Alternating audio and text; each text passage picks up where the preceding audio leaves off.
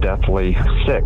And in the middle of the night, I died. My spirit left my body. I'm out of my body, but there was no fear. I was in my spirit, no earthly cares whatsoever. And I was in a supernatural realm. And I was, what the Bible describes, I was in the valley of the shadow of death. Welcome to God's Voice Daily. I'm your host, Vladimir, and this is the channel where I share daily phone calls with people from around the world who've had real supernatural encounters with Jesus, angels, demons, and everything in between. Some of these calls go on to become full episodes on our main show called God's Voice Today, but here you will hear them raw and unfiltered, just the way they happened. So without any further ado, let's dive into today's featured call. Enjoy. Well, Randy, I'd love to know how did you find the channel and how long ago? Well, I found your channel quite a while back, and I just kind of just found you on YouTube, and I've been a subscriber for a while, and that's part of my life's mission and ministry is just to try to reach out to other ministries such as yours, just to share what the Lord has done for me and to help win people to Christ, Love all of that. Well, tell me more, Randy. Tell me your story. Wow. Well, I don't know if you had a chance to watch Randy K, but my story, I think, is a little bit different than a lot of people like, Randy K and Bill Weiss and Mary Kay Baxter and Ron and Glenda Petty. But my story actually has been going on I'm 55 years old. So my story even really begins before I'm even born. When my mom, she got pregnant when she was 18 with me as a teenager. I never met my biological father. I was conceived up in Indiana, and she moved down to Houston, came down to Houston on a Greyhound bus when she was pregnant with me to live with her mom and her stepdad. So when she was about 8.5 months pregnant with me, she was in a bar with her mom and my step grandfather. He was a security guard in a bar, and a fight broke out, and a man pulled out a gun to shoot another man and missed and shot my mother when she was pregnant with me. So that's where my story begins. It almost ended, but God says He knew me yet when I was still in my mother's womb. So my story starts there. Did your mother survive? She survived. Yeah. So they pretty close range. He shot her, and the bullet went all the way through her neck and just barely missed a major artery. So they called the ambulance out, and they took care of my mom. They took her to Ben Taub, which is the gunshot hospital, and checked on me. And miraculously, the bullet went all the way through her neck. And so they saved her and me. So that's where my story begins, What a start. Yeah. Yeah. Well, tell me more. Well, so with me never, meeting I never met my biological father. So my mom, when I was about 2 years old, she got married to a man named Danny. So he adopted me. So he raised me. That's why I have the last name Drawn, because of Danny. And so they grew up, they were married, and I had a really rough childhood, a lot of physical abuse, mental abuse, beatings, just horrendous beatings. But even as a small child, I grew up in the 70s. So just to kind of like escape, luckily God had a plan for me. I started going to Sunday school, where back in the 70s, they'd have the Sunday school bus roll through the neighborhood and pick up the kids. So that would be like my escape to get away on Sundays for a few hours. So, I got saved when I was about 8 years old in a church. So even then I had a love for the Lord. So goes there, So when it's still going on, so 8 years old, and I continually went to church as a kid and young teenager. But when I was about 12 years old, my first encounter happened where I went out. It was Christmas time, and in our neighborhood, I went Christmas caroling with a bunch of the church kids. This was back in the 70s when there were no seatbelt laws and no laws. So we would go from house to house in the back of a pickup truck. So we'd go Christmas caroling, sing, and it was a really cold winter. And for some reason, I didn't bring a coat with me. And we went to a little Christmas party afterwards at one of the kids' houses. But in the middle of the night, I got deathly sick. And in the middle of the night, I died. My spirit left my body. And the thing about it, I was, what the Bible describes, I was in the valley of the shadow of death. I didn't realize this at the time, not till, decades later. So I'm in I'm out of my body, but there was no fear. I was in my spirit, no earthly cares whatsoever. And I was in a supernatural realm, and I'm flying, in this deep, dark cavern. And this thing is huge. So, let's say if an airplane is 30, 40,000 feet in the air, it felt I was about that high. And there were caves and mountains, a mountainous region, valley on both sides of me. And I was flying along almost as an observer. And I looked to my right, and there's in this place, I could see, but there was no source of light. I don't know if that makes sense.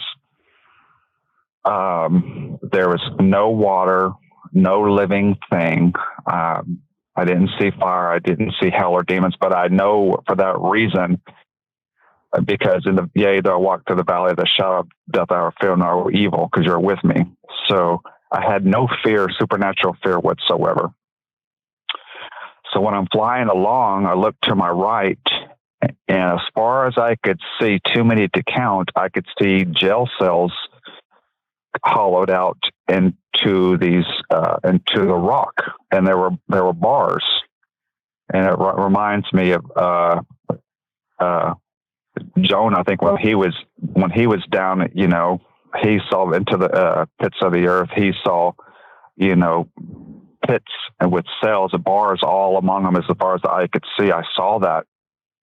There were no lost souls in there, or what I could see anyway. God protected me. So I kept flying, and I could remember, I just had a thought, my thought. I thought, man, I could exponentially increase my speed. So I shot like a bullet, and I'm flying for I don't know how long. And then all of a sudden, I look down into the earth, and I see this big, giant black mass. It was in the earth. It was like the top half of it was above, and the bottom half was like buried. And to me, it looked like the size of a football field. And this thing was like alive, but I didn't know what it was. And that's when the out-of-body experience into this vision, and I was put back in my body. And for years and years and years, not till the 90s, did I figure out where I was at. Because up until that time, I just thought of like heaven, like with clouds and angels and everything, and hell just as fire. I had no comprehension, no clue till the 90s where I was at. Then it dawned on me, like, oh my goodness, So that's my first encounter with hell as a saved person. So you were in the valley of the shadow of death, right? That's where. Yes. Yeah. Wow, it's actual physical place. Yeah. And it says, like, I will fear no evil. I had no fear, but God protected me. I had no fear whatsoever. And God didn't reveal to me until like when I was in the Navy in 1991, where I was at. I had a buddy of mine. He gave me 3 cassette tapes to listen to. I had no clue who this was. And there were 3 cassette tapes, and they were like, he gave them to me bound up in a thick rubber band. And they said, hey, when you get a chance, listen to these. So we was in port, and they were some cassette tapes from this lady named Mary Kay Baxter I never heard of. Divine Revelation of Hell. I'm like, wow, weird. So I started listening to the cassette tapes, and Mary Kay, I don't know if you've heard of Mary Kay Baxter. I don't think so. Yeah. So she wrote a series. She's gone home to be with the Lord, but over a period of I think it was in the 70s for her, over a period of 40 days and 40 nights, the Lord would appear to her at the end of her bed. And he says, Mary, your purpose is to write about the glories of heaven and the horrors of hell, to warn people. And so there's a book, she wrote several books, The Divine Revelation of Heaven and Hell. But this is before I even knew who she was and had books. I didn't buy the books till after I got out of the Navy. But she was talking about one of the nights that Jesus took her, on one of the nights he took her to hell, and they were in spirit form, and Jesus and her would walk along, and they would stop, and it's so horrible and just so depressing. Jesus and her would stop at certain jail cells, and there would be a lost soul in there. And she talked about they're in cells, in jail with bar cells. I'm like, I seen that, oh my goodness. But I didn't see people. God saved that from me. Or I don't know if these were just empty jail cells for souls to go. Maybe they were empty, or maybe there was somebody in there and God just saved me from that terror. I don't know. Randy, why do you think this experience, why do you think that God showed you this experience? Well, I would say for a couple reasons. Most off because I have been galactically stupid in my life. So, and the Bible says, in Job, I will strive with a man 2 yet 3 times to turn back his soul from the pit. God will strive with man, that we may see the light of day. So I think God knew the future. Of course, God knows the future, but God, one of his many ways to save me from my stupidity and hell, because he knew I'd be a moron and stupid in life. Secondly, and just as important, I think, is to warn people, to tell people. That's why I reach out to people. I've shared my testimony with people, and they've accepted Christ as their Savior on a one-on-one level. So I'm repaying a debt I can never repay to the Lord, And it's like what, Jesus gave the parable of the talents, some 2, some 1, some 5. If God's given me this experience, I can either bury it, afraid what the master may think. Like, God, people are going to make fun of me and mock me, which, I've seen on Randy Kay, and it's okay. It doesn't hurt me. If they mock Jesus, I mean, who am I? He's trying to get attention, or trying to make money, or trying to, make himself up great, which, I'm nobody. I'm just the dirt of the earth. I know what the Lord did for me, and it's brought people to heaven. And before the judgment seat of Christ, I'm going to have to stand before the Lord, and Jesus can say, Randy, yeah, I gave you these. What did I do with it? Do I bury it there, and be the wicked and fearful, disobedient servant? Or do I try to multiply it? God saved me, and I brought multiple people to the Lord. So that's why I do it. And what's interesting, Randy, is that there are people probably watching us right now. This will be posted later. They probably had a similar experience, but they're not sharing it because they're afraid of other people, what they have to say. And I'm not gonna lie, this show, it took me a while to start it because of that same fear. So I can relate to that. Right. But man, there's freedom in just being free from that. You just have to die to self. Yeah. Yes. Sir. Yeah. There's freedom in it. I just want the Lord to say, Randy, well done, well done, a good and faithful servant. And these people that I share with, I've read in different countries that helped, I read it. I'm not going to meet them on this earth. They're in different countries.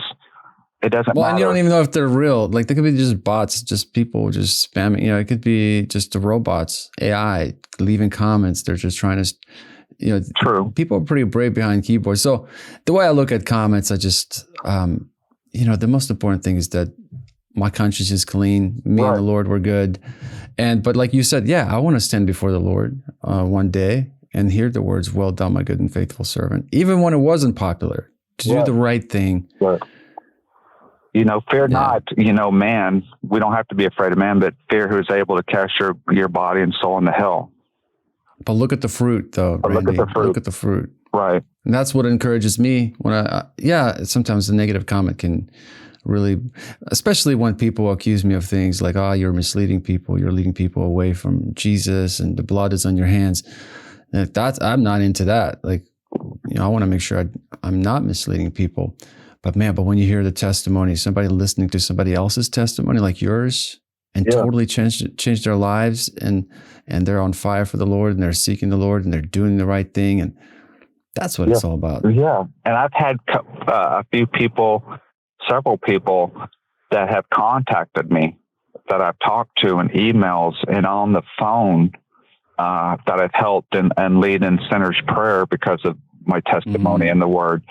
So those people are real, and I do it for them. I do it for the Father.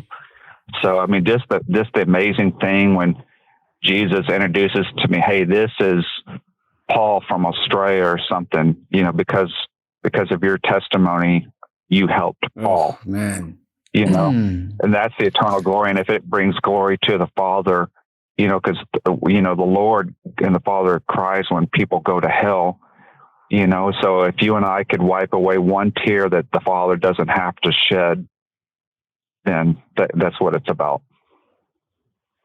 Well, and the same thing for me, I feel responsible because, 9 years ago when I had my almost 10 encounter with Jesus face to face, he told me that he will help me to start this podcast and share these testimonies. And now I feel responsible for it. When God sends me these testimonies, like it's my responsibility. He's given me gifts and things of how to package these testimonies in such a way to where it reaches people and a lot of people see them. Right. And I do feel that responsibility. And man, that's so cool that God connected you with me and all these other people, and that we all play a part. And in the end, it's like a big puzzle piece, right? In the end, you see the fruit. Yeah. And that's what keeps me going. One day I get to see the fruit of my labor, and you'll get to see the fruit of your labor. Yeah. And we will populate heaven together. Yeah, that's right. I don't have the gifts to do like a YouTube and interview, but I do have this, one talent. And if I can share people and put it to somebody, and even if it just like Jesus says, well, you should have gave interest, so if this gets deposited into your ministry in Randy K, and it earns interest for the Lord, that it encourages somebody, that's interest, at least earn Randy, interest for the Lord. Oh man, that's what it's all about. And that's priceless. I actually have another YouTube channel in me that this probably might be the final one that I'll eventually launch. And I have it. I own even the domain name. It's called Kingdom Trophies. And the whole idea is that because I can only capture so many testimonies, but create an environment. It's very expensive, so I'm trying to slowly build up to it. But where people can log on, record their own testimony, and take their time and automatically just post it, kind of like a faceless YouTube channel where it's just people sharing their testimonies. You create the biggest library. Can you imagine if there was like the world's biggest library for Jesus encounters and supernatural encounters, where you can just go to the website, click on like a category, and like, oh, I'm having financial issues. You click on that, and there's like thousands of testimonies of people that had financial issues and overcame because of the Lord. Wow. Like that's my dream, is create kingdomtrophies.com is what I own it, but that's kind of like where I'm working towards. And one day I'd love to see that come to pass. But until that day, I'm going to record these testimonies, do the best I can. But eventually my goal is to create a faceless one where people can just, they don't have to rely, because I can only record so many testimonies, there's a limit. Well, but how cool if like 24/7 people can just record and create a team that can edit them quickly and package them a certain way. And anyway, big dreams. And the Lord's, he put those dreams in my heart. And I truly believe that Kingdom Trophies is going to be a reality pretty soon. Well, Randy, thank you so much for this call. This was awesome. Enjoyed it. Thank you for sharing, for trusting me with your story. Of course. And it will be a blessing to a lot of people. I appreciate it. You're welcome. You have a blessed day, okay? Hey, God bless. Take care. Bye-bye. Thanks for watching. If this call caught your attention, wait until you see what's coming up next. It should be on the screen right now. Go ahead and click on that video, and I'll see you there.